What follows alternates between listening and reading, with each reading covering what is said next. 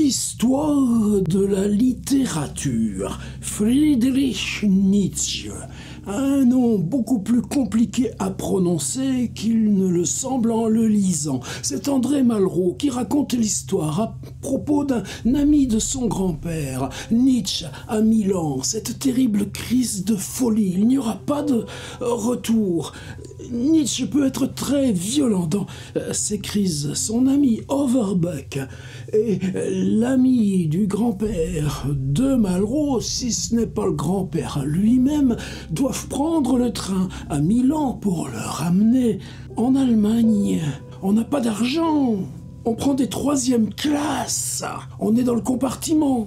Friedrich Nietzsche, Hans Overbeck, l'ami du grand-père de Malraux, si ce n'est pas le grand-père de Malraux lui-même, et il y a une paysanne là, et sur ses genoux elle a un panier d'osier, et dans le panier d'osier, une poule. La poule pousse sans arrêt le couvercle du panier d'osier, émet un bruit que je ne vais pas vous refaire. Je ne sais même pas si c'est une poule qui chante en italien ou en allemand. Ça l'énerve parce qu'à chaque fois, elle rabaisse le couvercle. On arrive au tunnel du Saint-Gothard.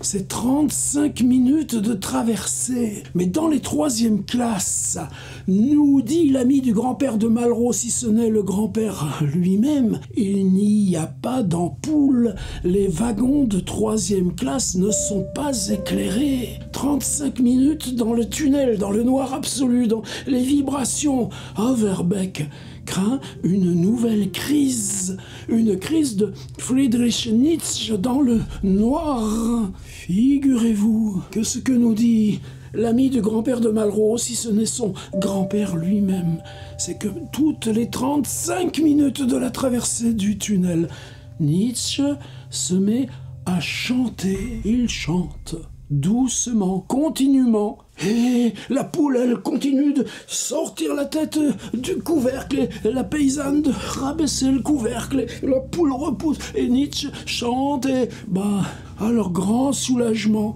Franz Overbeck, l'ami du grand-père de Malraux, si ce n'est le grand-père lui-même, Friedrich Nietzsche n'aura pas de crise violente de folie dans la traversée du tunnel dans le noir. Le Saint-Gothard, toute cette montagne, comme elle pèse.